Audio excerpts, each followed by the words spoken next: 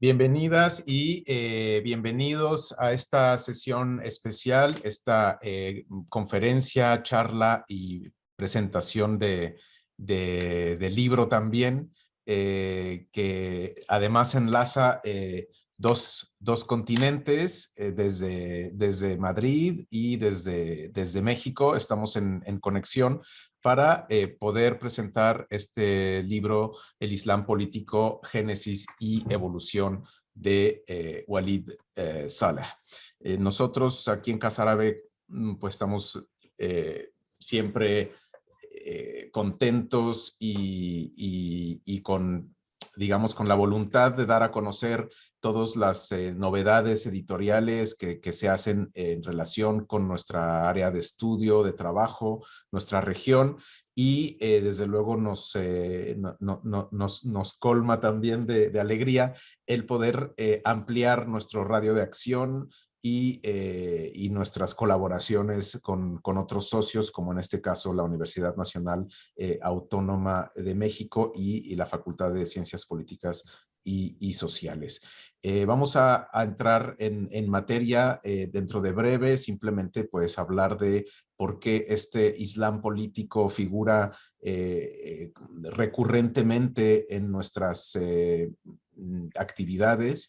Hace escasas semanas tuvimos uno de nuestros ciclos de aula árabe universitaria, en el cual justamente participó Walid junto con Stéphane Lacroix, académico francés, que conoce también muy bien el tema. Y la idea es, claro, dada la preponderancia o el papel tan importante que tiene el islamismo o el islam político en este siglo XXI, y sobre todo que figura con mucha frecuencia en los titulares de los principales diarios, en ocasiones de forma, por supuesto, alarmista, pero lo cierto es que corresponde también a una realidad, y es a ese incremento que ha habido en las últimas décadas de los movimientos islamistas en el norte de África y Medio Oriente, pero también desde luego en otras partes del mundo. Aquí tenemos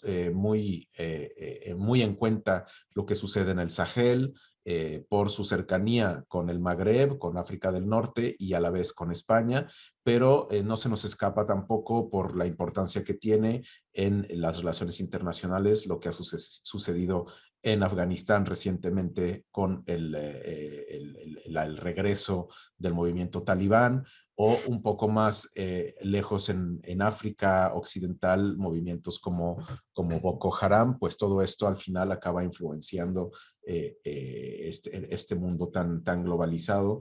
Acaban siendo tendencias que tienen posiblemente un origen en una parte geográfica del mundo, pero repercusiones en otras que nos conciernen. Más allá de que nos toque directamente, desde luego que el tema despierta mucho interés para aquellos que estudian ciencias políticas, relaciones internacionales, sociología, en fin, ciencias sociales. Es un fenómeno que despierta mucha curiosidad en algunos, temor, pero lo que es incuestionable es que es un fenómeno de la actualidad que merece detenerse y estudiarlo. Y eso es un poco lo que vamos a hacer hoy de la mano de Walid Saleh, que es autor de este libro, y de Moisés Garduño, quien estará del otro lado en México. Moisés es profesor, como saben muchos, de la Facultad de Ciencias Políticas y Sociales de la UNAM. Una breve presentación de Walid. Él se licenció en la Facultad de Pedagogía de la Universidad de Bagdad, en la sección Lengua y Literaturas Árabes en 1972. Desempeñó el puesto de profesor en varios centros de enseñanza en Irak. Luego residió en Marruecos también, donde ejerció su labor docente en varios centros, y recaló en España en el año 1984, donde ha ejercido su labor docente donde se doctoró en 1990 en la Universidad Autónoma de Madrid en Filología Árabe, y también en la Universidad de Valencia se licenció en Literatura Hispánica. Walid ha sobre todo desempeñado su labor docente como profesor del Departamento de Estudios Árabes e Islámicos y Estudios Orientales de la Universidad Autónoma de Madrid, aunque en algunas ocasiones pues ha podido visitar otras universidades y dejar su impronta y de ahí esta sesión del día de hoy. Por su parte, Moisés Garduño es licenciado en Relaciones Internacionales por la UNAM. Completó la maestría en Estudios de Asia y África con especialidad en Medio Oriente en el Colegio de México y es doctor en Estudios Árabes e Islámicos Contemporáneos por la Universidad Autónoma de Madrid. También cuenta con estudios postdoctorales en el Centro de Investigaciones y Estudios Superiores sobre Antropología Social, el CIESAS, en la sede Occidente, donde se ha especializado en temas de cultura y política en las revoluciones árabes. Bienvenidos a ambos. Simplemente comentar que vamos a primero estructurar esto de la siguiente forma. Va a ofrecernos Walid una intervención, después de la cual Moisés hará un comentario y preguntas, y posteriormente daremos pie a las preguntas, observaciones, comentarios de todos los que nos están siguiendo para efectos de facilitar y no desconcentrarnos mucho. Hemos elegido la opción de tener las cámaras apagadas y que puedan expresar sus opiniones o comentarios, preguntas a través del chat que podemos ver nosotros en el chat del Zoom. Sin más, Walid, adelante. Muchas gracias, buenas tardes. En primer lugar, quería dar las gracias a Casa Árabe, a Karim Hauser, por el esfuerzo que ha hecho para organizar este evento, por el esfuerzo que ha hecho también para tener los libros en la librería Balqis, porque no ha sido fácil, sinceramente. Y también quería dar las gracias a mis amigos, queridos amigos de la Universidad UNAM, el profesor Moisés Garduño, Jaime Isla López, Erika Aguilar, Daniel y todos los demás que quizá no me acordaré de sus nombres en este momento. Quería agradecer también a Diego Filorio por su esfuerzo también para traer estos libros aquí, que ocupa en este momento, digamos, el cargo de los asuntos de la Universidad de la UNAM en la sede de Madrid. Bien, pues vamos a empezar en primer lugar hablando del término Islam político. En los últimos tiempos se ha difundido de una forma bastante importante en los medios de información, en los medios académicos, pero en realidad no todo el mundo está de acuerdo con el uso de este término, porque consideran que es término una palabra inventada en Occidente. Estoy hablando de algunos islamistas, como es el caso del Qaradawi, por ejemplo, o el Ghannouchi. No están de acuerdo con el término Islam político porque dicen que el Islam es un sistema completo. La política forma parte del Islam, como es también la cultura en general, la sociología, la jurisprudencia, etcétera, etcétera. Si admitimos, según ellos, el término Islam político, deberíamos también admitir Islam social, Islam jurídico, Islam cultural, en fin, todo tipo de términos podemos sacar, derivar de esta palabra y de este uso. ¿Cuál es la definición que le dan la mayor parte de los estudiosos? Quizá la definición más inmediata, más sencilla, es la unión entre religión y política. Es decir, los islamistas no entienden, no pueden admitir la religión sin la política y la política sin la religión. Otros lo definen como fuerzas y movimientos que pretenden aplicar la Sharia como método vital, condición esencial para la práctica de la política. En este caso, lógicamente, los islamistas son organizaciones que proclaman que la política esté inspirada en los textos sagrados de la religión. Es decir, es un proyecto del islamismo, o el proyecto del islamismo es alcanzar el poder, islamizar la política y aplicar la Sharia. Sin ninguna duda que son términos y son definiciones que no todo el mundo está de acuerdo, porque encontramos otro tipo de definiciones también que se alejan o se acercan de alguna manera de estas definiciones que hemos hecho. El caso, digamos, del estudio y el acercamiento al Islam político hizo que aparecieran una terminología, unos vocabularios, como es el caso del Hakimiyya, el Jahiliyya, Shura, Islam global, el Islam es la solución, es decir, todo es vocabulario utilizado en la literatura que producen los islamistas. Palabras como Hakimiyya, por ejemplo, lo utiliza Sayyid Qutb en más de un texto suyo, se refiere al gobierno de Dios. Lógicamente, muchos de esos vocabularios, esos términos, son inspirados o derivados de los textos sagrados del Corán y de la Sunna. O la palabra Jahiliya, por ejemplo.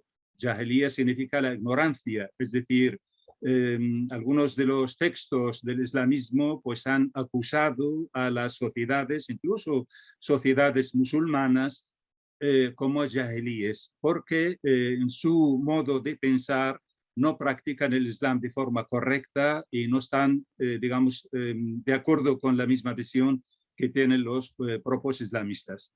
La palabra shura lo utilizan también con mucha frecuencia, lo mismo también aparece en el Corán, la palabra shura significa consenso, significa consulta, y para muchos de ellos es la propia democracia del Islam, es decir, algunos, no todos ellos, porque tenemos que diferenciar sin ninguna duda entre grupos que son más acordes con métodos más modernos, con la democracia, etcétera, pero otros están totalmente en desacuerdo. Entonces, para algunos la palabra shura o el término shura significa democracia en el Islam, es decir, ellos rechazan lo que es la democracia occidental y la consideran como algo ajeno a la cultura árabo-islámica y la sustituyen por la palabra shura, que supuestamente sería la democracia en el Islam, o el término Islam global, porque sabemos que también hay islamistas que no están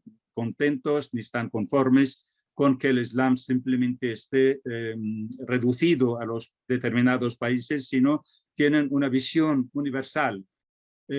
Asimismo, cuando hablamos también del Islam wal hal, el Islam es la solución, que es el lema del grupo de los hermanos musulmanes, este surgió en tiempos modernos, en realidad a raíz de una serie de fracasos que han tenido estos países desde el punto de vista político.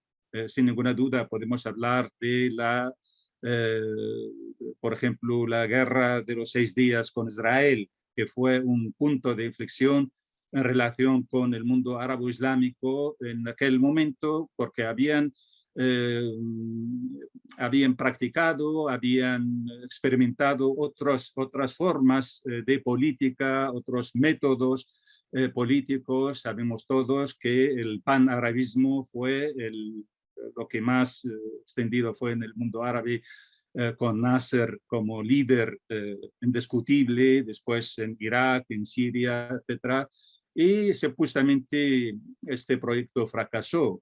Lo mismo se puede hablar también del socialismo de algunos países o el comunismo incluso, porque hay gente que le extraña y no le parece, digamos, posible el hecho de que haya algún país árabe musulmán comunista como lo fue Yemen del Sur. Yemen del Sur durante varias décadas, hasta el año 90, cuando se unió con Yemen del Norte, fue un país comunista, el que aplicaron el comunismo tal y como se conoce en la ex Unión Soviética. Todo esto se considera como algo fracasado, por lo tanto salieron con el lema el Islam es la solución, porque para muchos de ellos consideraban que solamente queda el Islam y su aplicación y la aplicación de la Sharia salvaría el mundo árabe islámico de su crisis esencial, su crisis política, su crisis económica, etcétera, etcétera. El origen realmente del Islam político también es discutible, es decir, no hay un acuerdo entre todos los estudiosos, los islamistas, en relación con cuándo aparece esto. Para muchos consideran que después de la invasión napoleónica de Egipto en 1798, el mundo árabe-islámico se despierta, la raíz de la Nahda, y se da cuenta del atraso que viven estos países en comparación con el mundo occidental, que había avanzado en tecnología, en leyes, en vida social, etcétera, etcétera. Entonces, buscan las razones, las causas de este atraso y quieren hacer unas reformas para alcanzar, digamos, el avance tecnológico, humano, etcétera, del mundo occidental. Ahí se mencionan las figuras siempre de Muhammad Abdu y Jamal ad-Din al-Afghani. Se consideran como reformistas que querían en gran medida beneficiarse de la experiencia occidental y aplicarla en el mundo islámico, en el mundo árabe.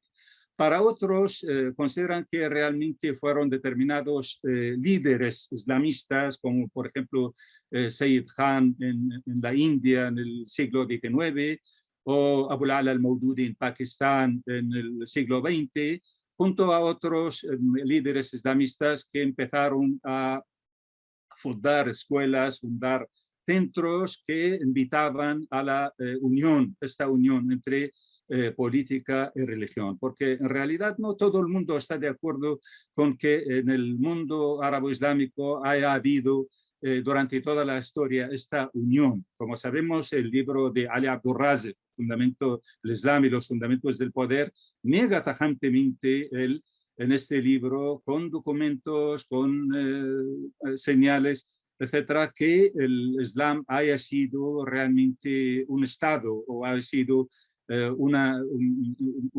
unido con la política de una forma total y absoluta, porque considera que nada más finaliza la época de los 4 califas ortodoxos, vienen los Umayyas, y los Umayyas en realidad para él, Muawiyah ibn Abi Sufyan es un rey civil, no tiene nada que ver, es decir, instrumentaliza la religión, como lo han hecho otros muchos califas, muchos líderes, muchos emires, instrumentalizan la religión a favor de la política, pero tienen poco que ver con la realidad de las enseñanzas del Islam.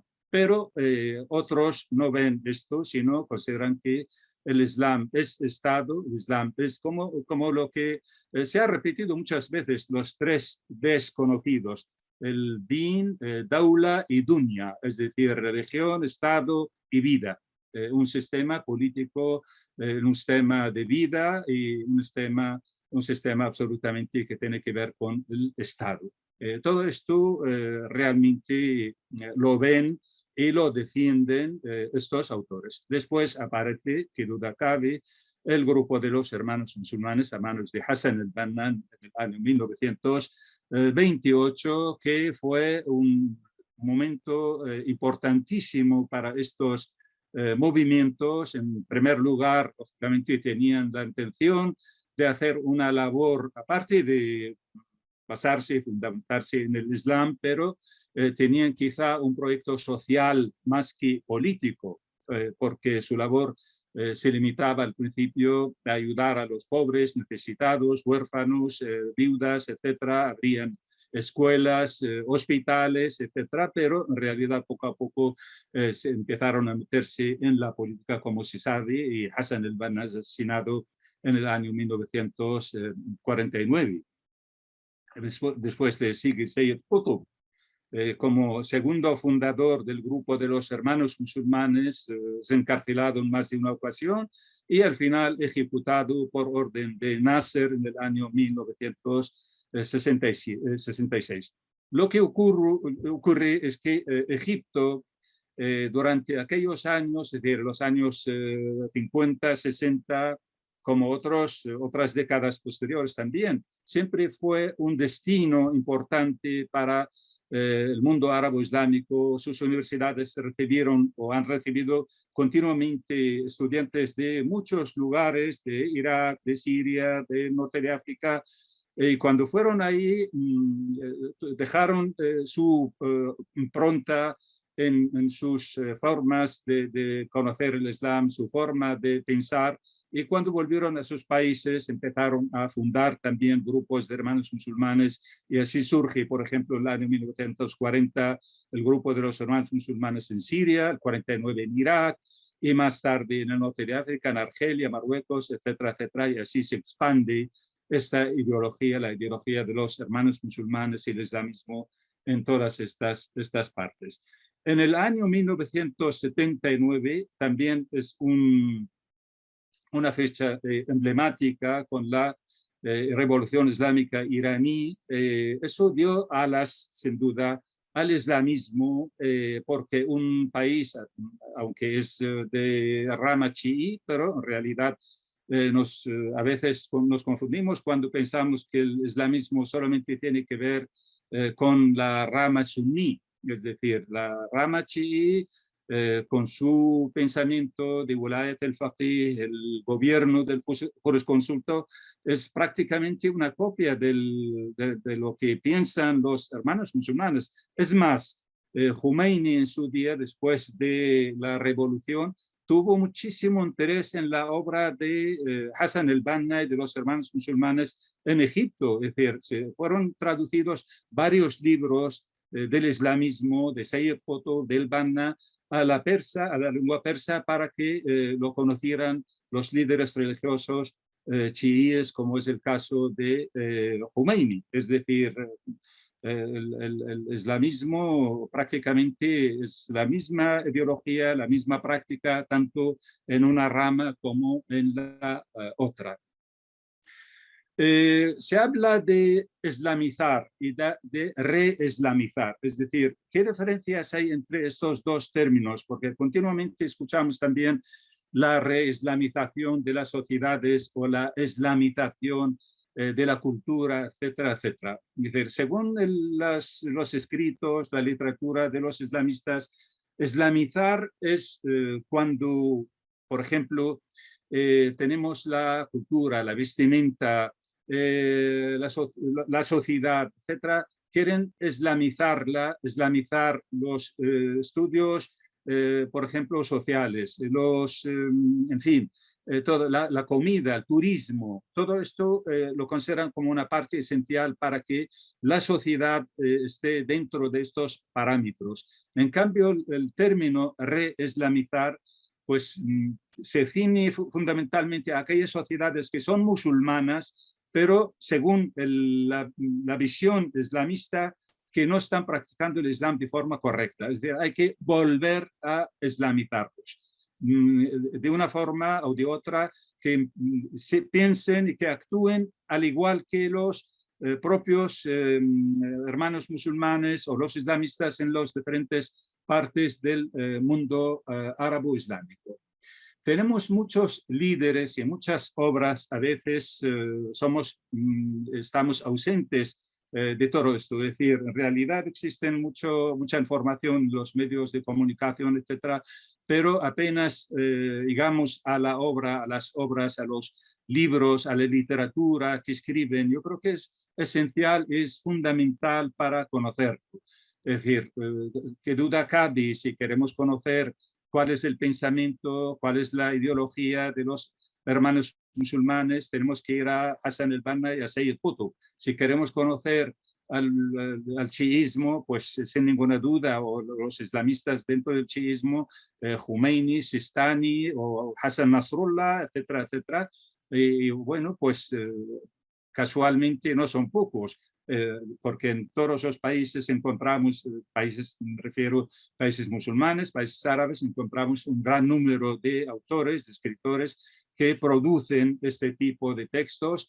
Tenemos Ghannouchi en Túnez, por ejemplo, que es el líder del partido Nahda, que tiene una importancia, gran importancia en este país. Estuvo casi 20 años en Londres exiliado, después volvió a raíz de la revolución, a raíz de la primavera árabe en el 2011. Y bueno, pues estuvo durante estos últimos 10 años el jefe del Parlamento en Túnez, es decir, el grupo de los, del Nahda, pues se presentó a las diferentes elecciones en este país. Es cierto que al principio tuvo un apoyo mucho mayor que lo que pasó después. Las diferentes elecciones pues ha ido perdiendo apoyo. O por ejemplo, si hablamos de Hassan el-Turabi, que ha fallecido, pero tuvo una importancia grande en Sudán. Fue primer ministro, fue ministro de Justicia, tuvo una importancia grande y tiene unos libros, una literatura bastante amplia en el sentido del islamismo. Si hablamos, por ejemplo, de gobiernos islamistas actuales, porque existe en cierta medida también una especie de victimismo. Es verdad que han sido perseguidos, han sido muchos países encarcelados, prohibidos de su, digamos, para practicar su política, pero han tenido oportunidades también para gobernar. Es decir, qué duda cabe que, como decía antes, Irán desde el año 1979 es gobernado por islamistas, que es el islamismo chií, y se nota y se ve lo que hacen. Lamentablemente, desde el punto de vista de las libertades, pues deja mucho que desear. Desde el punto de vista del trato que les dan a la mujer, también ya sabemos cómo es, con las prohibiciones que hay, con las limitaciones que tenemos, etcétera, etcétera. Los talibán mismo, es decir, cuando en el 2001 Estados Unidos los expulsa del poder, pues ellos habían estado unos años ahí gobernando y han vuelto otra vez el año pasado y aplican, según ellos, según su propia visión, la Sharia islámica, por lo tanto, entran dentro de este marco del islamismo. Pero también podemos hablar de Irak. ¿Qué ocurre en Irak a partir del 2003? ¿Quiénes son los que están gobernando en este país? Son partidos políticos islamistas, es decir, todos estos, Muqtada al-Sadr o al-Hakim o cualquiera de los otros líderes que están ahí, pues todos ellos pertenecen a partidos políticos. Hezbollah está presente en este país como está presente en el Líbano, está presente en Siria, está presente en Yemen. Los hutíes son apoyados por el Hezbollah y tienen sus milicias ahí en su apoyo. Sudán, por ejemplo, ha estado gobernado por el islamismo durante todo el tiempo, casi 20 años, durante el tiempo de Bashir, Omar el-Bashir, es decir, aplicando la Sharia también a su manera. Y entonces, no es que no hayan podido, no hayan tenido oportunidad. En Egipto mismo, a raíz de la caída de Mubarak, pues Morsi estuvo en el poder solamente un año, es cierto, después vino el golpe de Estado que dio el Sisi y lo expulsó del poder.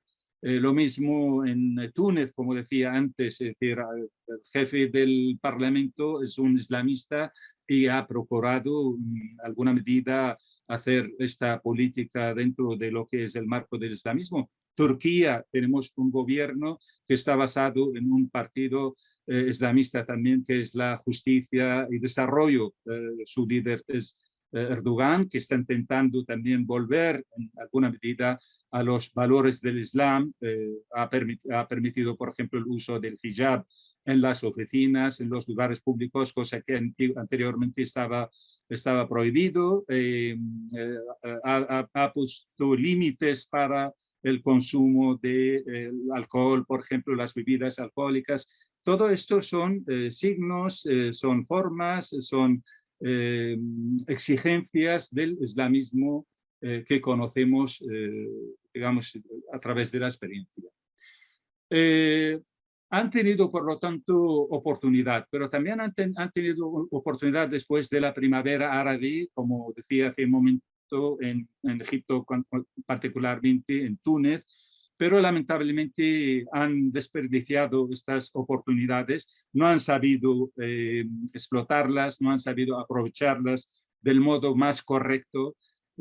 Por lo tanto, yo podría decir que el islamismo debe revisar realmente su proyecto, renunciar a algunas de sus exigencias y admitir ciertas prácticas. Es decir, tenemos el tema de las libertades personales. Es decir, debería ser algo esencial para cualquier partido político, sea islamista o no, porque es algo que tiene que ver con la privacidad de las personas. Pensando que la religión es algo privado, aunque los islamistas no lo ven así, pero no debería ser de otro modo realmente. El tema de la libertad de conciencia, es decir, por qué razón tiene que ser uno de un color diferente, digamos, concreto, determinado, una fe concreta. Uno no puede renunciar a su fe, por ejemplo, porque sabemos que existen leyes, normas que lo prohíben, que lo castigan, etcétera. Basta saber, por ejemplo, dentro de lo que es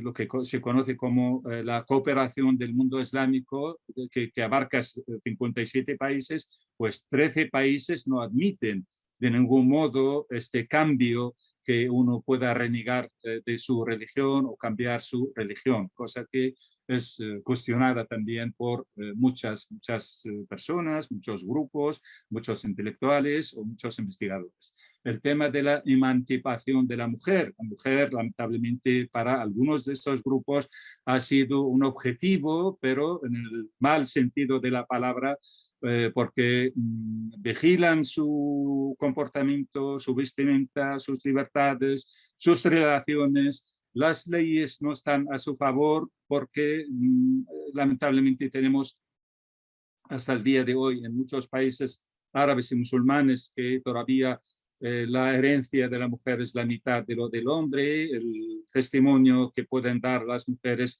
también tiene que ser la mitad de un hombre.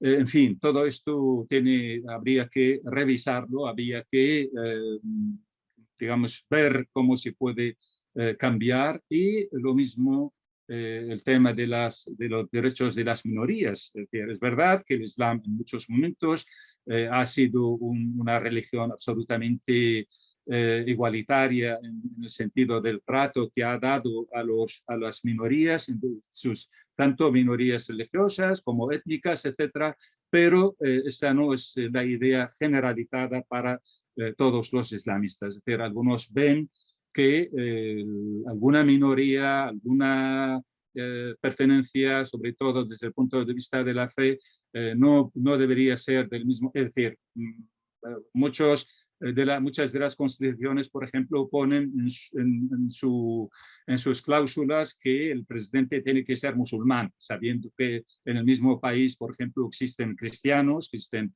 otras religiones también, que debería tener derecho a alcanzar también el poder en ese sentido. En fin, yo creo que existen muchos aspectos que se pueden comentar. Voy a terminar pronto, solamente un par de cosas más. Existe, en los últimos tiempos se ha conocido también lo que se conoce como el Sahwa al-Islami, es decir, el despertar islámico.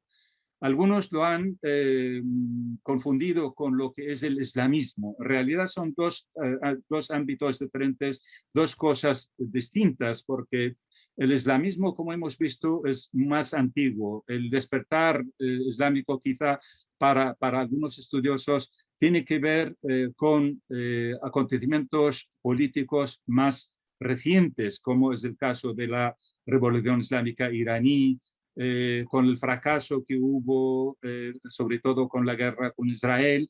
Entonces, muchos musulmanes han querido volver a sus raíces, a sus prácticas antiguas, porque cualquier observador que tiene ya algunos años y que haya vivido, por ejemplo, la época de los años 50 y 60, incluso a los años 70, conoce muy bien que en el mundo árabe islámico había unos sistemas más bien laicos más que islámicos, porque las mezquitas no tenían el misma digamos, el mismo volumen de personas que iban a estas mezquitas. El tema de las tabernas existían y se encontraban en las ciudades, en las calles de los diferentes países árabes y musulmanes, que en este momento es mucho más difícil. La vestimenta de la mujer era bastante más, digamos, diferente en cuanto a, ya basta saber o ver películas de estos países, de Egipto, de Irak y Siria en los años 50 y 60, para darnos cuenta de aquello que había en aquel momento. Entonces, con el despertar islámico, con la Sahwa al-Islamia, pues todos estos elementos que he descrito han cambiado. Ha habido una vuelta. Hoy en día, si vamos un viernes a cualquier ciudad, a cualquier país, del mundo árabe islámico, encontramos que cualquier mezquita los viernes se encuentra llena y además ya no caben prácticamente los fieles y tienen que rezar en la calle, por ejemplo. Todas esas son circunstancias nuevas que han ido surgiendo en los últimos tiempos. En fin, la experiencia de Mursi durante un año pues ha sido también criticada incluso por sus propios compañeros, por islamistas, porque de alguna manera él ha cambiado las normas, las leyes, y como se conoce en árabe, ha querido, como se dice, ajuanat al-dawla, es decir, convertir el Estado en un Estado islamista, cosa que no todo el mundo está de acuerdo, y de hecho las manifestaciones que salieron después quizá han sido como una prueba de ello. En fin, creo que lo dejo aquí, luego si existe la oportunidad para responder a algunas preguntas, lo haré. Así que muchísimas gracias.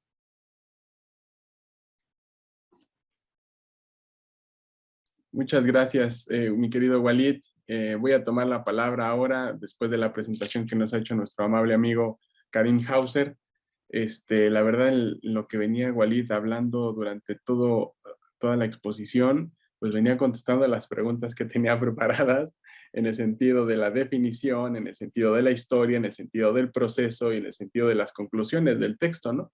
Sin embargo, bueno, me voy a permitir leer un breve texto que preparé para la presentación y luego sobre la base de la exposición de Walid vamos a tratar de establecer un pequeño diálogo para beneplácito de nuestra audiencia, quien en su mayoría está conformada por estudiantes universitarios de la carrera de Relaciones Internacionales.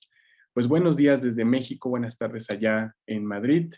Y lo primero que tengo que hacer formalmente y de una manera muy honesta es un agradecimiento a Casa Árabe y en particular a Karim Hauser por el espacio, por la organización, la paciencia y sobre todo el esfuerzo que está haciendo por hacer esto posible para presentar este cuaderno de investigación del doctor Walid Saleh.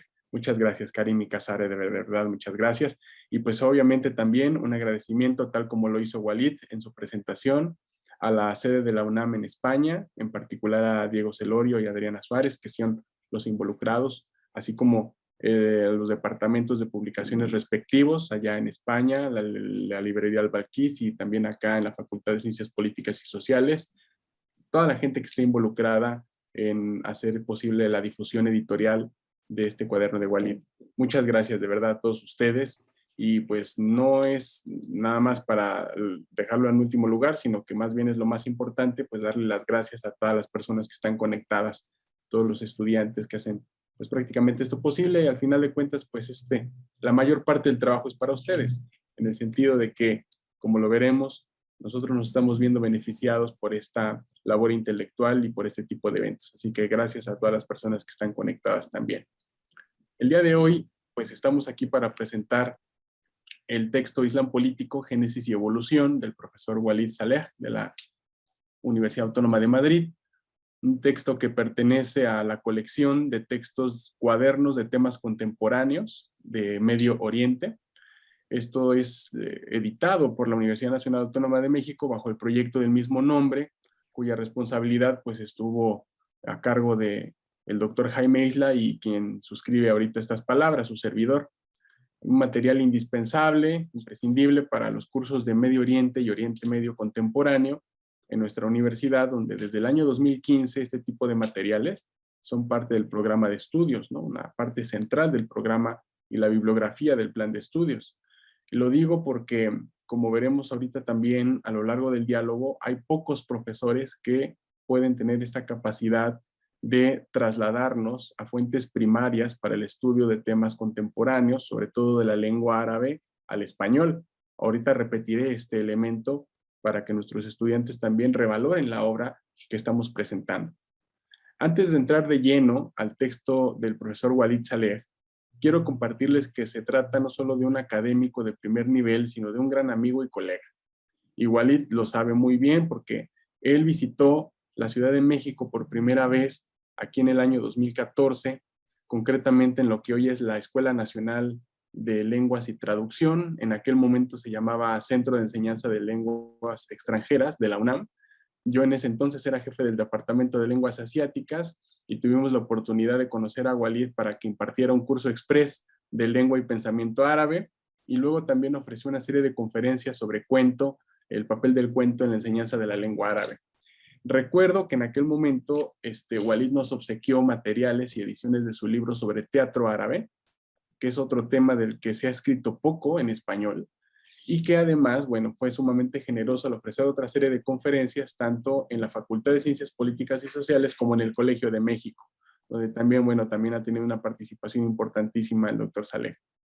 En ese momento de su visita se generó una relación personal y profesional sumamente amistosa con nuestros colegas, que ya ha mencionado Walid aquí, Erika Aguilar, Jaime Isla, Daniela Bundis, en la cual pues esta amistad acercó de una manera mucho más aguda, mucho más fraternal a los departamentos a los que pertenecemos. En el caso del profesor Walid, el Departamento de Estudios Árabes e Islámicos de la UAM en Madrid y el Centro de Relaciones Internacionales de la Facultad, aquí en la UNAM.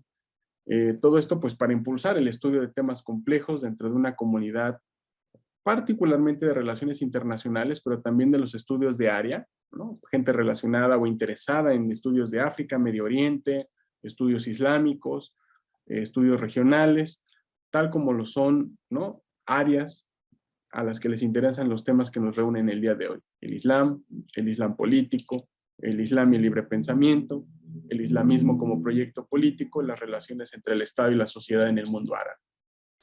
En el caso particular del texto que presentamos hoy, y sin afán de revelar todo el contenido del cuaderno, para no spoilear a nuestros estudiantes, el lector podrá encontrar pistas centrales para entender mejor algunas de las manifestaciones del islamismo como fenómeno político en Medio Oriente e incluso en otras zonas del mundo. Como ustedes se darán cuenta, las organizaciones que mencionó el doctor Walid Saleh, pues no se limitan al área del mundo árabe, ni tampoco al Medio Oriente, sino que van más allá. Incluso en el sureste asiático, países como Indonesia, por ejemplo, donde este tipo de política pues también se expresa de una manera muy potente también.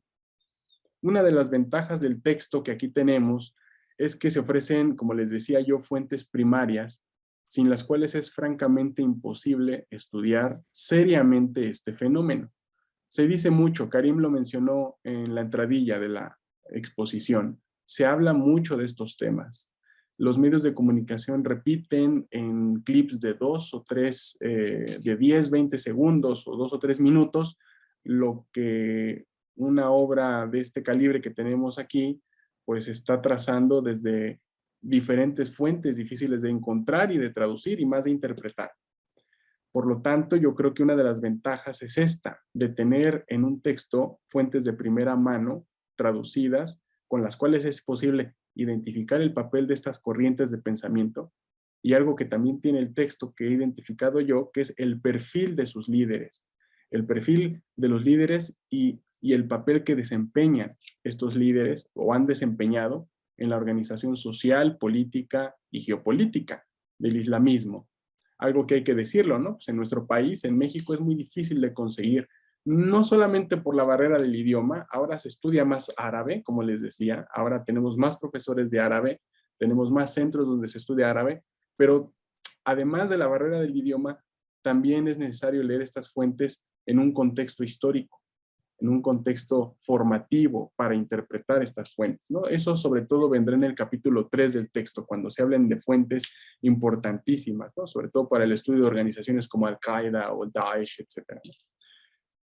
Rápidamente quisiera decirles que el texto de Walid contiene 5 capítulos, además de introducción y conclusiones, donde se desarrolla una especie de análisis del discurso de estas fuentes y les contextualiza no solamente en las fechas donde aparecen, sino en las fechas actuales donde se resurgen en medio de una multiplicidad de corrientes que compiten unas con otras, a pesar de tener un objetivo político común, que es como el profesor Walid lo pone, la instauración de un Estado islámico.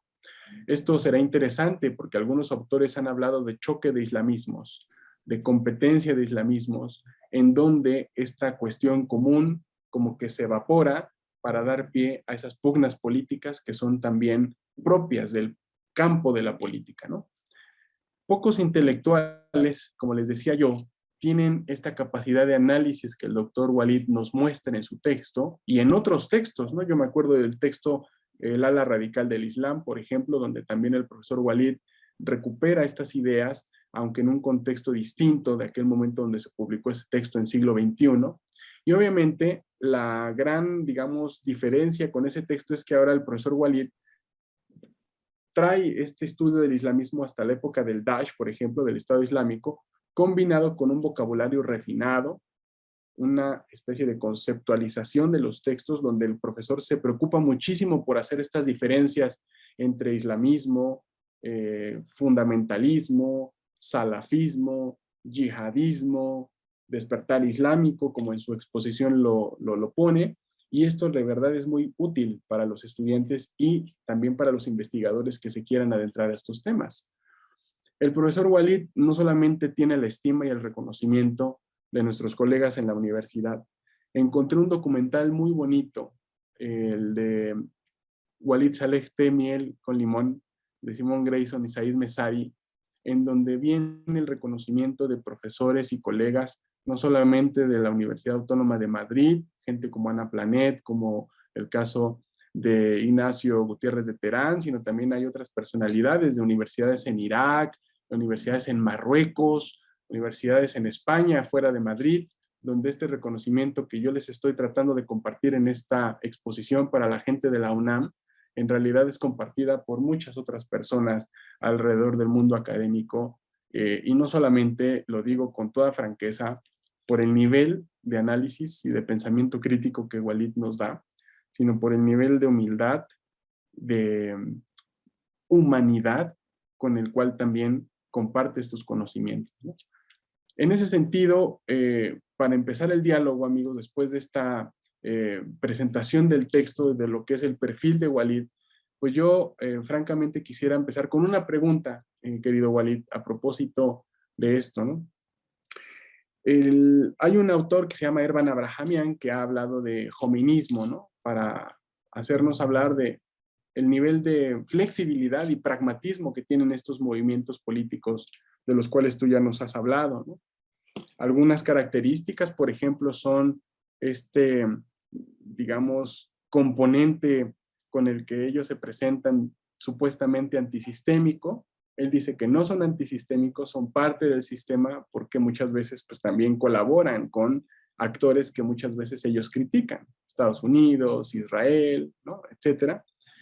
Son contradictorios por esta característica, son profundamente nacionalistas también. El caso de Hamas, por ejemplo, en Palestina, hemos tenido la oportunidad de conversar con muchísimos otros colegas, como la profesora Sara Roy, que nos hizo favor de dar una conferencia hace 15 días, hace unos días acá también en la UNAM, vía Zoom, donde nos decía que jamás realmente gana las elecciones, no tanto porque la gente en Palestina aspire a un Estado islámico, sino por castigar a las corrientes políticas como la Fatah, ¿no? Particularmente por una especie de desencanto. Entonces, pues aquí también hay un componente en donde, pues, Hamas utiliza más un componente nacionalista también que una base, digamos, más religiosa con la cual la gente en Palestina se pudiera reconocer, ¿no? Y también el carácter supuestamente antiimperialista, que es como una de las características que hacen de estas organizaciones algo, pues, visible a nivel global. Mi primera pregunta, mi querido Walid, con respecto a lo mismo que hay también en el texto, tú nos decías que a veces hay ya gobiernos como Arabia Saudita, como Turquía, el caso de Irán, por supuesto, que ya son gobernados por esta ideología islamista. La pregunta es si es la religión la que ha tomado el Estado o es el Estado el que ha utilizado la religión para mantenerse como élite en el poder, ¿no?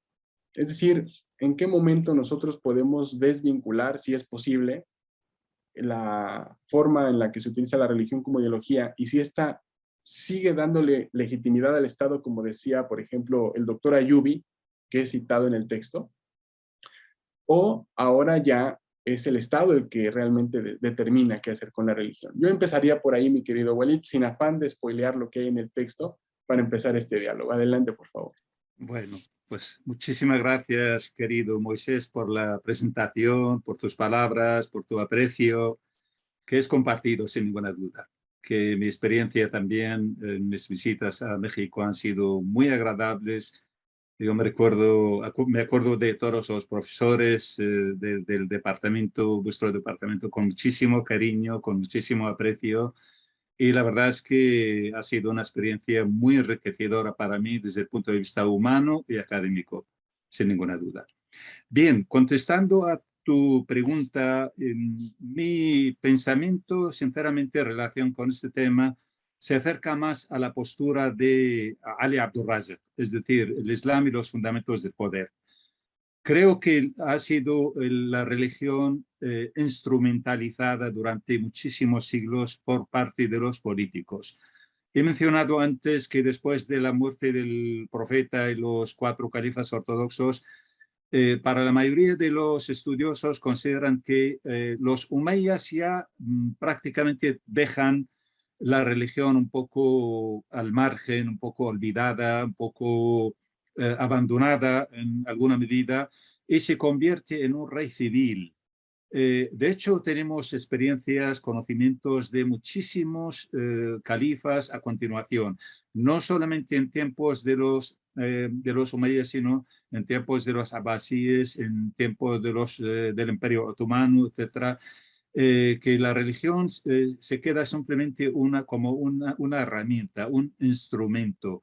Y en cuanto a los islamistas, como se sabe, como conocemos todos, no hay un único, digamos, tipo de islamismo o clase de islamistas. Los islamistas también se diferencian entre ellos por su pensamiento, por su actitud, por su pragmatismo. Algunos son bastante prácticos, como ha sido, por ejemplo, recientemente con Ghannouchi. Ghannouchi, en sus escritos, a pesar de las contradicciones que tenemos en su actitud, en su comportamiento, pero en su actitud, perdón, en sus libros, en sus textos, por ejemplo, a diferencia de otros, él es capaz, es posibilitado a convivir con la democracia occidental, cosa que otros, por ejemplo, no lo ven así, no lo admiten, no lo quieren.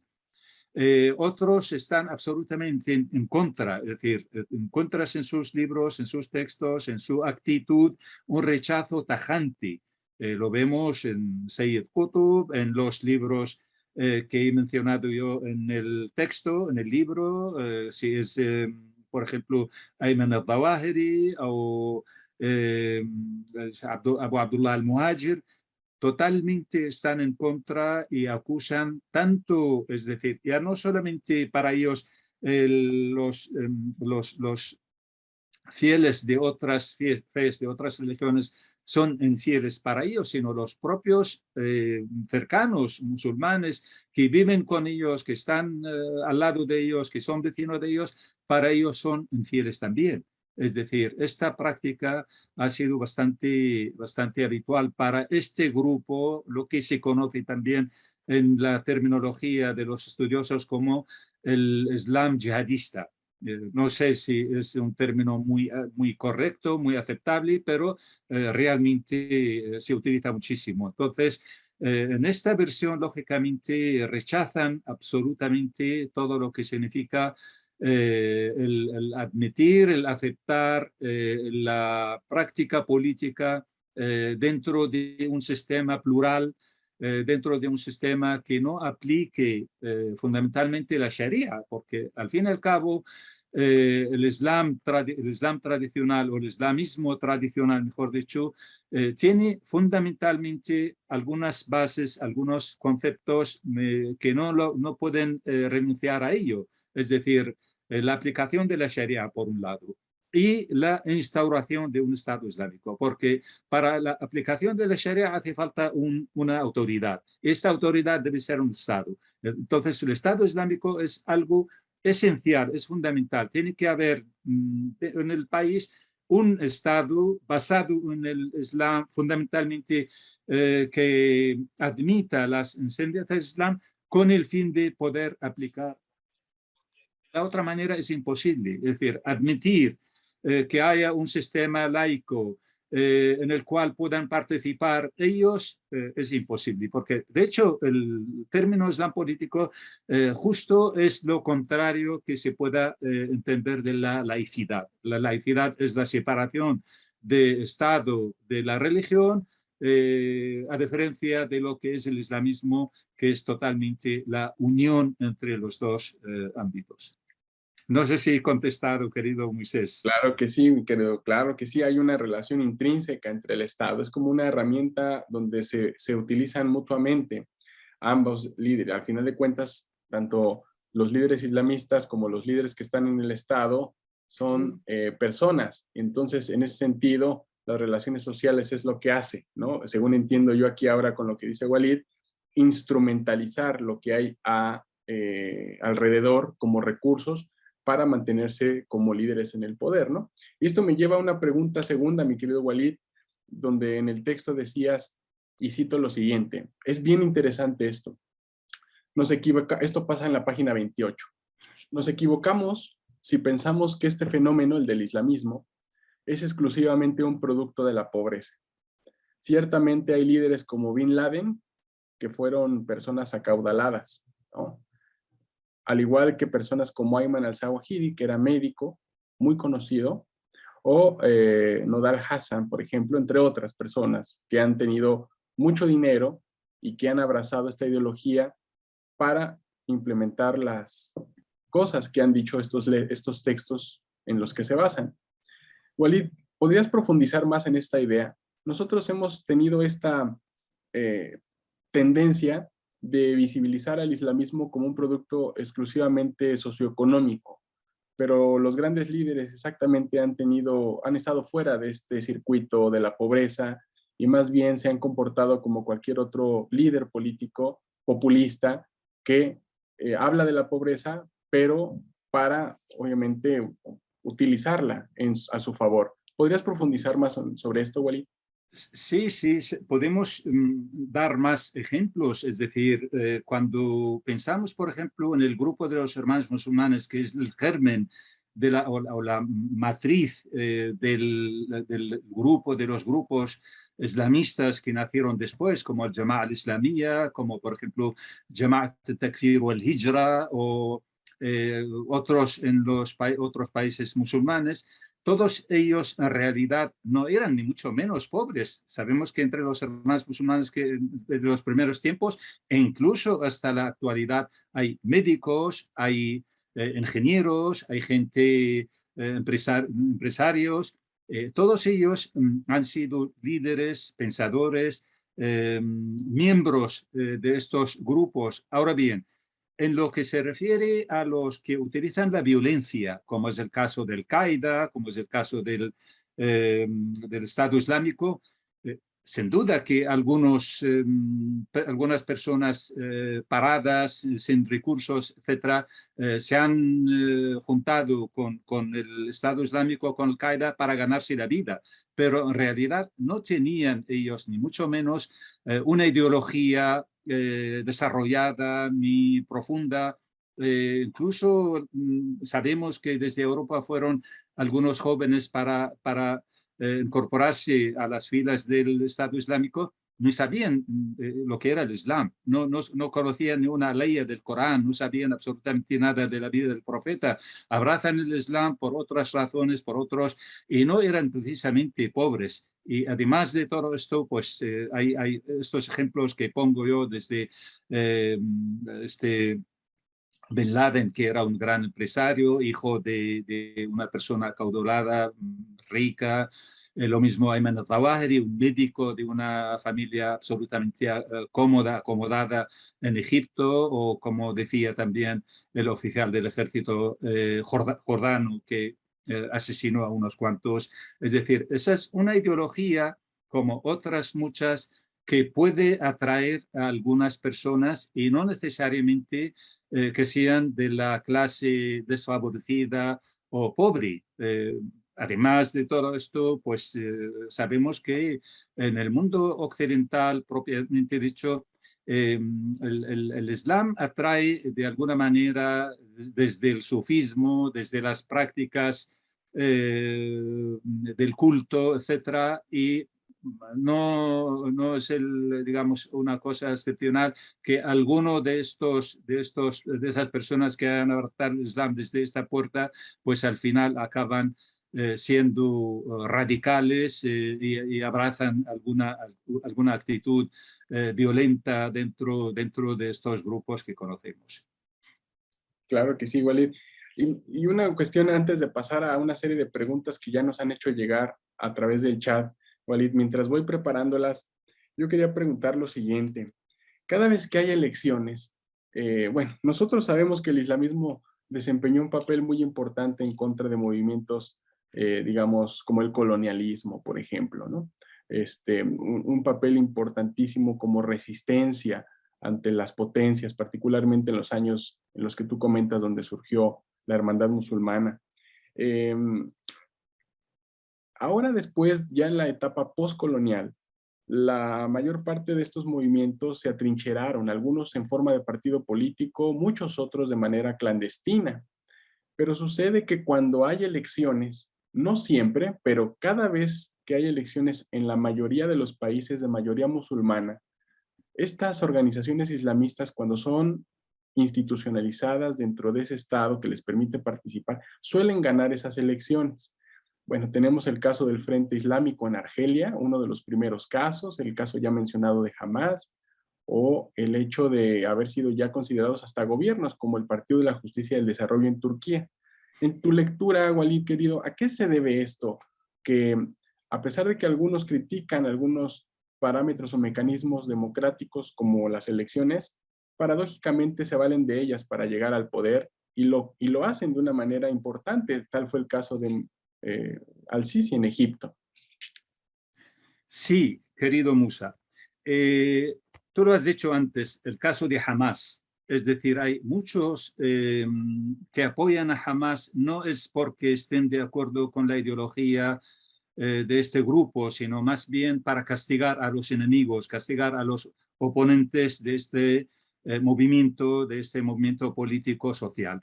Ocurre en muchísimos lugares, en muchísimos países también. Si tenemos en cuenta, por ejemplo, el caso de Argelia. En Argelia sabemos todos que en los años 90, cuando el FIS ganó las elecciones y fue al final, digamos, anuladas las elecciones en las que ganó, había muchísima gente que utilizaron aquellas elecciones, utilizaron a los propios islamistas para cambiar la situación, una situación de falta de libertades, falta de trabajo, falta de medios de vida para muchos de ellos. El paro había alcanzado unos límites preocupantes en el país y todo esto realmente han sido las causas directas y quizá las más importantes.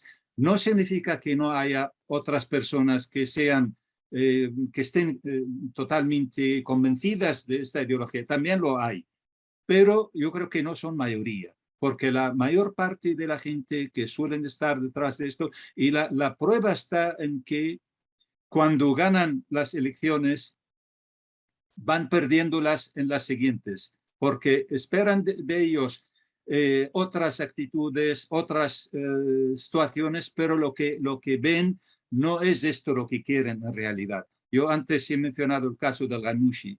El grupo de Nahda en el 2014 gana 89 escaños. En el 2019 ganan solamente 52. Es decir, imagínate, la diferencia es casi la mitad de lo que habían ganado la primera vez. Lo mismo pasó con el gobierno islamista de Marruecos. Recientemente, el año pasado, solamente sacaron 12 escaños de los más de 100 escaños que tenían en el Parlamento el partido de Benquirán. Es decir, estamos hablando de Justicia y Desarrollo de Benquirán. Le pasó lo mismo. Es decir, esa es la realidad de la mayoría de los países, perdón, de los grupos islamistas que reciben el apoyo de sectores sociales, de grupos, de individuos, pero no necesariamente todo el mundo esté de acuerdo totalmente con. El caso de Hamas, por ejemplo, yo no sé si además contesto a una de las preguntas que hace el profesor Daniel Abundis en relación con Hamas, que yo conozco también, quizá, no sé si la profesora os ha comentado las circunstancias que viven muchas personas, especialmente la mujer. Hay realmente denuncias, hay malestar por parte de las mujeres que viven ahí en Gaza, particularmente con Hamas en cuanto a las limitaciones de las libertades, los controles que sufren, etcétera, etcétera. Y yo no creo que estén muy de acuerdo estos sectores de las sociedades con la política de grupos como Hamas. Seguramente están de acuerdo con que estén en contra del grupo de Fatah de Mahmoud Abbas, porque no les parece bien su actitud, no les parece bien su política y cómo pueden castigarlo. Pero el castigo principal que quieren practicar es contra Israel. Eso es en primer lugar. El enemigo más importante tanto para Hamas como para Fatah es Israel, sin ninguna duda. Y desde luego, Hamas es el que de alguna manera ha podido hacerle más daño a Israel que el grupo de Fatah. Entonces, por esta razón, también encuentra más apoyo que el grupo, por ejemplo, de Fatah. Muchas gracias, Walid. Sí, claro, ganan elecciones, pero también las pierden. También van comportándose como cualquier actor político. Interesante. Voy a mencionar aquí ahora algunas preguntas que nos han hecho llegar, un poco para seguir adelante con este interesante diálogo, Walid. Voy a retomar la parte final de la pregunta de Daniel y luego voy a seguir con otras. ¿Cuáles son algunas notas para entender el futuro a mediano y a largo plazo de Hamas? Yo creo que se hace referencia, pero ya Daniel nos dirá si es así o no, a las nuevas generaciones, que es algo que también nosotros tocamos en clase muchas veces, de saber que no es lo mismo el pensamiento islamista de gente como Rashid Ghannouchi, a Erdogan, Ismail Haniyeh, por ejemplo, Khalid Mishal, a los nuevos liderazgos, que son gente más joven, que trae otra dinámica con respecto a la política que viven. Tal vez algunos de ellos no conocieron a los líderes fundacionales de los movimientos y podría haber alguna diferencia. Bueno, eso es una inferencia. Posteriormente, Roberto Patiño, a quien le agradecemos también que esté aquí conectado con nosotros, nos saluda y nos pregunta, desde tu perspectiva, Walid, ¿cuál es el futuro de las políticas euromediterráneas? Es así una pregunta muy general. Eugenia también nos pregunta, dice que quisiera saber si la actual migración musulmana masiva a Europa se traducirá en una mayor difusión y aceptación del fundamentalismo, como actualmente ocurre en Suecia, nos dice Eugenia. Y finalmente, Erika Aguilar nos dice, nuestra querida Erika, pese a la instrumentalización que estos grupos o movimientos hacen de la religión, esta sigue siendo parte de su narrativa. Y en este sentido, ¿cómo lidian con el avance imparable del ateísmo en los países de mayoría musulmana? Bueno, estas son las preguntas que tenemos hasta el momento, querido Walid. Muchas gracias. Adelante. Sí. En cuanto a la primera pregunta que tiene que ver con Hamas y las nuevas generaciones, las más jóvenes, mientras siga Israel en esta política discriminatoria, esta política tan terrible que utiliza injusta contra los palestinos, Hamas va a continuar. Además, hay que tener en cuenta que Hamas para Israel ha sido también un instrumento para su política tan dura contra los palestinos. Es decir, justifica muchísimas de las actitudes, de los comportamientos, la política tan terrible que utiliza contra los palestinos por la existencia de Hamas. Pero Hamas también tiene derecho a existir porque tiene que luchar contra un régimen, un sistema absolutamente injusto, usurpador, que maltrata a los palestinos, que son los dueños de la tierra, dueños del país que ha sido usurpado, ha sido ocupado por, como sabemos, el sionismo, lamentablemente. Entonces, en el año 2006, Israel apoyó a Hamas, como sabemos, en las elecciones, cuando ganó las elecciones en aquel año, porque lo necesita. Pero a la vez sabemos que los palestinos también necesitan grupos que luchen en contra de la política israelí. Por lo tanto, yo creo que el Hamas va a continuar mientras exista esta política tan terrible que siga Israel contra los palestinos, que continúe con usurpar tierras, con construir asentamientos en los diferentes lugares, territorios palestinos, pues si no es Hamas, tiene que aparecer otro nuevo Hamas. Es decir, esta es una necesidad histórica que no cabe ninguna duda que tiene que continuar. En cuanto al tema del futuro del Mediterráneo, las políticas del Mediterráneo, yo creo que no soy adivino, pero viendo las cosas tal y como están, no soy sinceramente muy optimista en relación con las circunstancias que tenemos, porque nuestro mundo, como se ve, es un mundo que deja mucho más margen a la economía, mucho más margen a los intereses económicos, políticos, más que lo que tiene que ver con la democracia, con lo humano, etc. Hay una diferencia importante entre el mundo tecnológicamente avanzado, que es el mundo occidental, los países europeos, Estados Unidos, y lo que son los países árabes y musulmanes, el sur del Mediterráneo, desde diferentes puntos de vista, es decir, desde el punto de vista económico, desde el punto de vista político, social, etcétera, etcétera.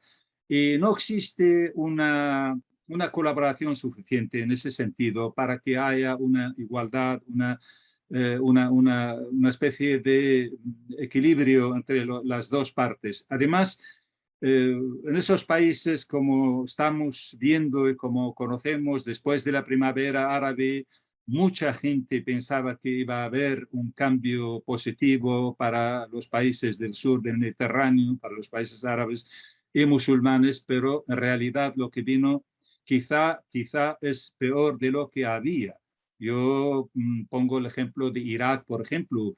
En su momento el sistema político de Saddam Hussein era cruel, era terrible, pero lo que vino después es muchísimo peor.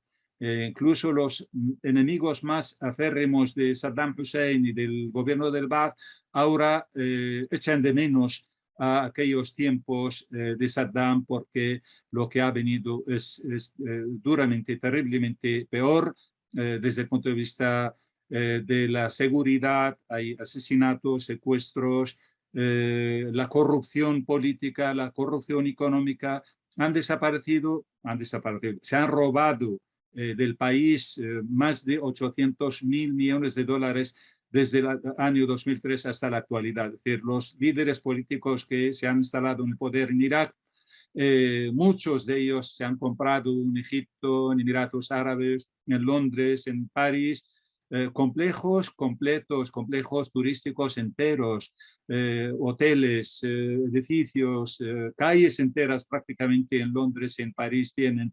Y todo esto a costa del pueblo iraquí, que se ha empobrecido terriblemente.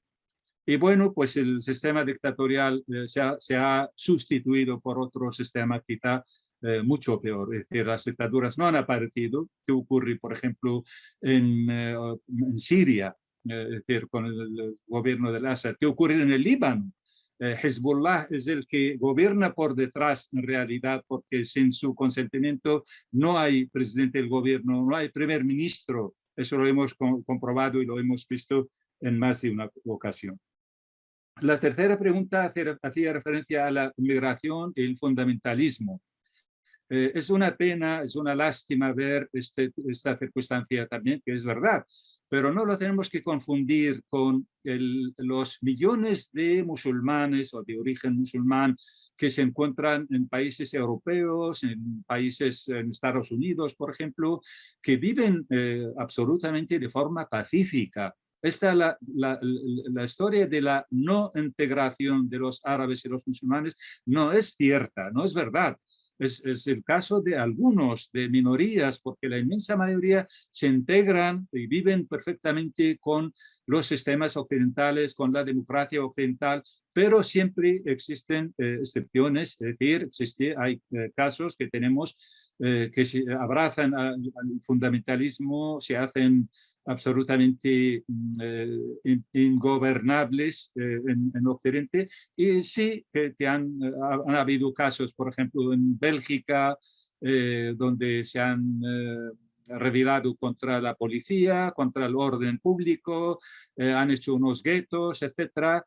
Y bueno, pues también hemos visto lamentablemente los atentados tanto en París, en Francia o en Madrid mismo. Es decir, son grupos que abrazan el fanatismo, el extremismo y actúan de esta manera tan terrible, pero ahí tiene que haber mucha colaboración porque es una responsabilidad común, es decir, responsabilidad de los propios árabes y musulmanes que viven en esta tierra o en Europa, es responsabilidad de la policía, es responsabilidad de la justicia. Tiene que haber una colaboración entre todos ellos para erradicar estos grupos y no dejarles ningún hueco, ningún espacio para que actúen de una forma violenta. Y la última pregunta que hacía mi querida amiga Erika, relación con la religión y su relación con el ateísmo. Es decir, nos equivocamos también cuando pensamos que los que proceden de Oriente Medio, del norte de África, todos ellos son musulmanes, practicantes, creyentes, etcétera, etcétera. Al igual que el mundo occidental, al igual que en China, en Japón o cualquier otra parte del mundo, hay gente creyente, hay gente creyente y no practicante, hay gente laica, defiende la separación entre religión y política, y hay gente atea. Pero precisamente por la circunstancia que han vivido en los últimos tiempos, por el hecho de ver a los grupos islamistas poco sinceros, con su actitud negativa desde el punto de vista social, desde el punto de vista político, en cuanto al número de laicos y de ateos. Estoy diciendo esto basándome en estudios que se conocen, porque en el 2014 el Instituto Gallup, que es un instituto bastante conocido y fiable, alemán, hizo algunas estadísticas en varios países, entre ellos Egipto, Arabia Saudí, incluso Irak, a veces con nombres propios y otras veces de una forma anónima. Y la sorpresa fue muy grande porque vieron que había un porcentaje importante, entre el 6 y el 12% de la población de los países musulmanes, árabes y musulmanes, se consideraban ateos. Es decir, esto en su día causó una alarma importante en países como Egipto. En su día sí se reunió al jeque del Azhar con el Papa de los coptos, porque en realidad no solamente son los musulmanes, sino también los cristianos han tenido la misma reacción, digamos, en cuanto al ateísmo. Y hicieron unas campañas para frenar este fenómeno. Pasó lo mismo también en Arabia Saudí, que es el caso todavía más difícil y más complicado, porque de forma anónima habían entrevistado a mucha gente y habían encontrado esta circunstancia. Creo que mirar las redes sociales hoy en día y ver los jóvenes cómo piensan, cómo opinan, cómo escriben, cómo cuentan, Y creo que este fenómeno está muy extendido, especialmente en el sector de los jóvenes. Por lo tanto, no es una cosa ajena a este mundo. Y de hecho, por ejemplo, en Túnez, la primera vez que se hace una asociación de ateos, durante mucho tiempo han estado intentando legalizarla, pero el gobierno no les daba autorización, pero al final, creo que fue en el 2018 o 19 por ahí, fueron autorizadas, autorizada esta organización de ateos tunecinos. Encontramos también en Occidente, por ejemplo, grupos de ex musulmanes, porque por alguna razón, por una razón o por otra, quieren renegar de la religión, dejar de serlo, como ocurre también en el cristianismo. Es decir, yo conozco aquí en España a muchos ciudadanos que han ido a la iglesia para dejar de ser, digamos, eliminar aquello que se conoce como el bautismo o la confirmación, etcétera. Querían sacar esos papeles de la iglesia por considerarse absolutamente religiosos o ateos. Entonces, el fenómeno se repite de alguna manera también en esos países, aunque tienen mayor dificultad para declarar. Es verdad que aquí en Occidente no te pasa nada. Es decir, en Francia, en España, puedes decir que yo no soy creyente, soy ateo, soy laico, pero generalmente no te pasa nada. Pero decirlo en un país de mayoría musulmana, en un país árabe, es muchísimo más difícil porque puede traer consecuencias graves, consecuencias jurídicas, etcétera, de seguridad, etcétera, etcétera. Gracias, Walid. Bueno, en aras el tiempo se está acabando, pero quiero ver si todavía hay oportunidad para un último comentario, querido Walid, sobre casos específicos que hemos estudiado juntos desde prácticamente hace una década, como es el caso del partido marroquí, la del Walektizán, que se han visto como algunas diferencias con respecto a estos movimientos islamistas como los que hemos mencionado, ¿no? Como el Nahda o como Hamas, etcétera. ¿Qué comentario nos podrías dar a propósito después de casi una década de haber visto emerger este actor político, el Adl Walektizán? Sí, el Adl al-Ihsan, querido amigo Moisés, es un grupo curioso dentro de los grupos islamistas porque de los pocos que de antemano en su literatura no niegan el uso o la posibilidad del uso de la violencia para llegar al poder. Es decir, no admiten este aspecto porque ellos son pacíficos, aunque su ideología no se diferencia del resto, porque en realidad si lees, por ejemplo, los textos del Sheikh Hassin, el fundador del grupo ya fallecido, encuentras que él defiende desde el primer libro, digamos, que publicó, defiende la instauración del Estado Islámico. No entiende que el Estado no sea islámico y la aplicación de la Sharia es esencial, es irrenunciable para él. Es decir, en ese sentido, él no se diferencia de los hermanos musulmanes o de Hezbollah o de cualquier otro grupo que hemos mencionado anteriormente. Pero desde el otro punto de vista, es verdad también, por ejemplo, en Turquía, para alcanzar el poder no han usado la violencia. Eso hay que reconocerlo. Lo mismo el grupo del Adala o Tanmia en Marruecos tampoco han sido violentos para llegar al poder. Todos ellos han utilizado mecanismos y vías pacíficas conocidas como la pluralidad política, el sistema democrático para poder alcanzarlo. Además, el Sheikh Hassin ya solamente en esto, no solamente en cuanto a la instauración del Estado Islámico, tiene algunos libros que son muy criticables también desde el punto de vista de los derechos, porque la mujer no sale bien parada, sinceramente, en los textos del Sheikh Hassin, en absoluto. Es decir, la mujer es la visión clásica del Islam tradicional, que no tiene derecho a estar con los hombres, que ella tiene que estar absolutamente privada de las libertades, la herencia, los derechos. Critica en algunos textos la democracia occidental por haber defendido la emancipación de la mujer, por ejemplo, en estos países. En fin, esas son un poco algunas diferencias en cuanto a la actitud, la literatura de este grupo. Muchas gracias, Walid. Sí, antes de devolverle la palabra a nuestro querido Karim, pues yo nada más quisiera agradecerle a Walid por este fabuloso espacio que nos ha brindado hoy, estas reflexiones que nos sirven muchísimo para seguir adelante con el estudio del tema. Yo recuerdo, Walid, cuando había personas allá en Madrid y acá también, en la época de la guerra en Irak, por ejemplo, que decían y apoyaban muchísimo esfuerzos, sobre todo antiimperialistas de partidos como Hezbollah.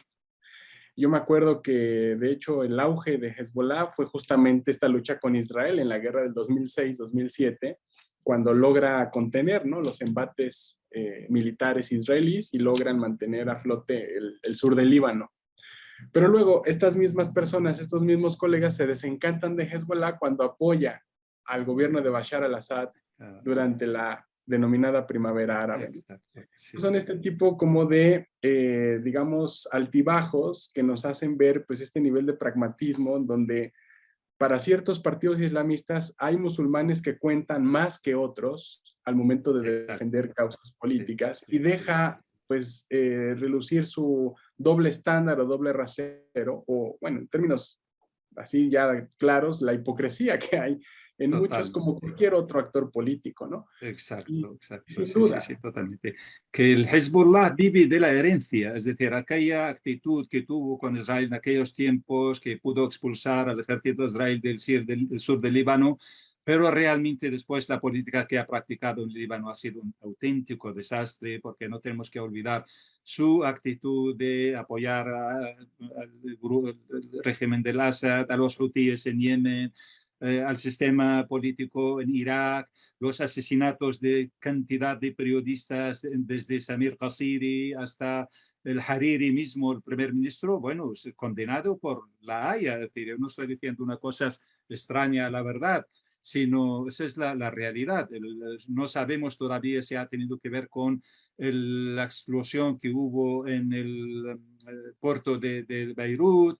Es decir, todo esto son temas que está cuestionado Hezbollah en su actitud, en su forma, y ellos reconocen públicamente que reciben sus sueldos, sus armas de Irán. Eso lo ha dicho Hassan Nasrallah en la televisión propia suya, el Manar, lo reconoció públicamente, sin duda.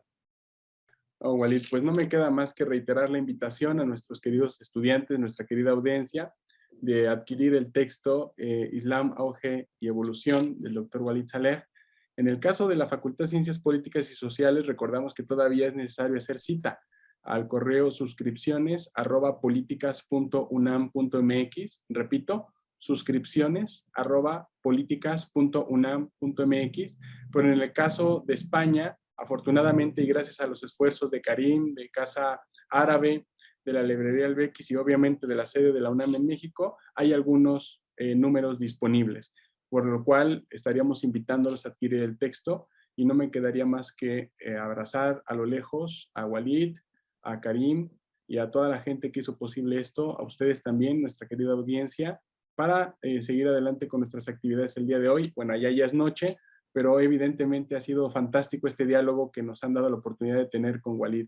Gracias, querido amigo. Aquí, obviamente, y aprovecho sus últimos minutos para reiterar, tienes las puertas abiertas. Siempre lo digo porque además tú eres ahora un amigo, un gran colega solidario, y esto no me voy a cansar de repetirlo nunca, Walid. Lo sabes, lo sabe Erika, que está aquí, Daniel, que nos han acompañado, colegas tuyos acá en la universidad, Jaime, que debe estar conectado por allí, y bueno, esperemos que después de la pandemia nos podamos volver a ver lo más pronto posible, porque esto claro que nos ha interrumpido, pero no nos ha detenido para seguir adelante con este tipo de estudios y otros que seguramente están en puerta, Walid querido. Muchas gracias. Le devuelvo la palabra a mi querido Karim Hauser.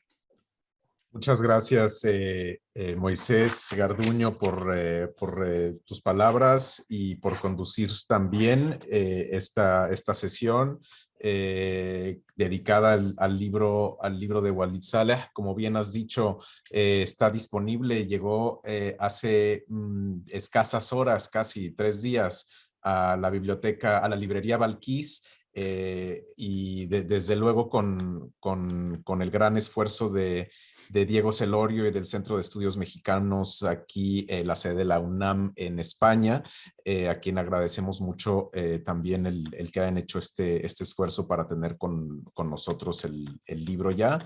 Aquí no necesitamos hacer cita, así que pueden venir todos juntos o por separado quienes estén viendo la sesión, o incluso pedirla por internet también. La librería Balquís tiene la posibilidad de enviarles ejemplares a quienes estén en territorio español.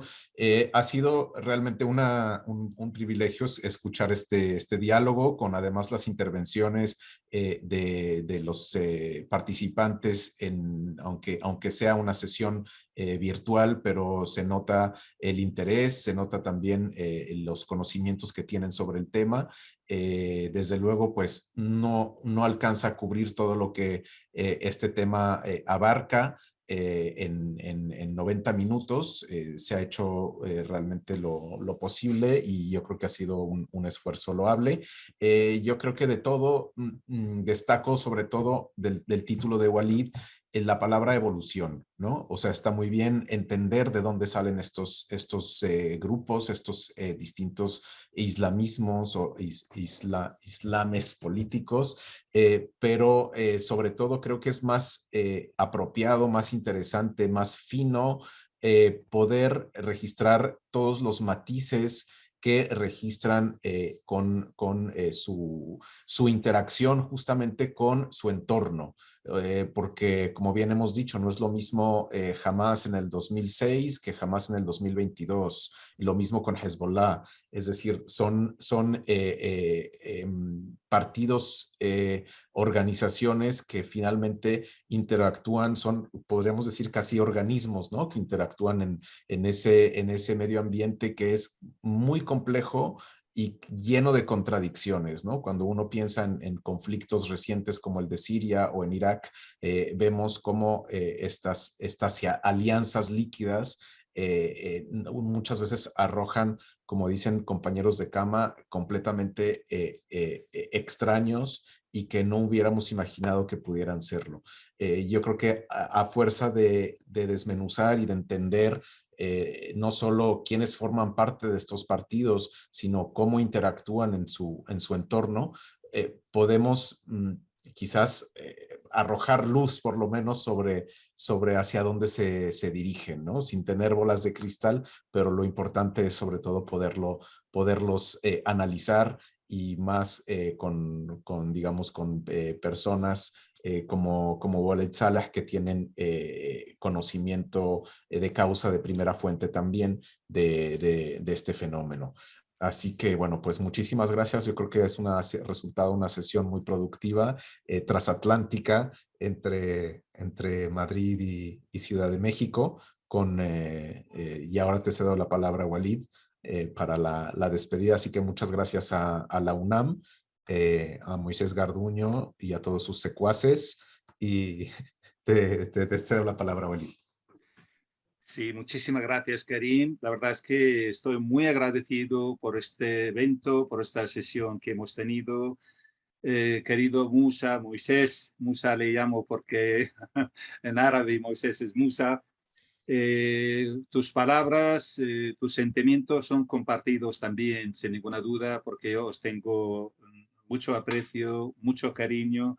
Siempre me he sentido bien recibido, apoyado por todos vosotros. Y de hecho, el haberme incluido en el proyecto de investigación que habéis tenido, cuyo producto es el libro este, junto a otros muchos libros, es un acto de generosidad que hay que reconocer. Y también quería dar las gracias a todas estas personas que han estado conectadas con nosotros, a las personas que han preguntado, que se han interesado para escucharnos. Y quería dar las gracias también a Ruth de Casa Árabe, por Alejandro y Ruth, los dos que han habilitado el medio este del Zoom para poder conectarnos. Así que muchísimas gracias. Muchas gracias, Karim. Un placer, y estará esta emisión disponible también en el canal de YouTube de Casa Árabe próximamente, para que la puedan reenviar y volver a consultar, Y bueno, pues sin más, nos despedimos. Hasta la próxima y gracias a todos.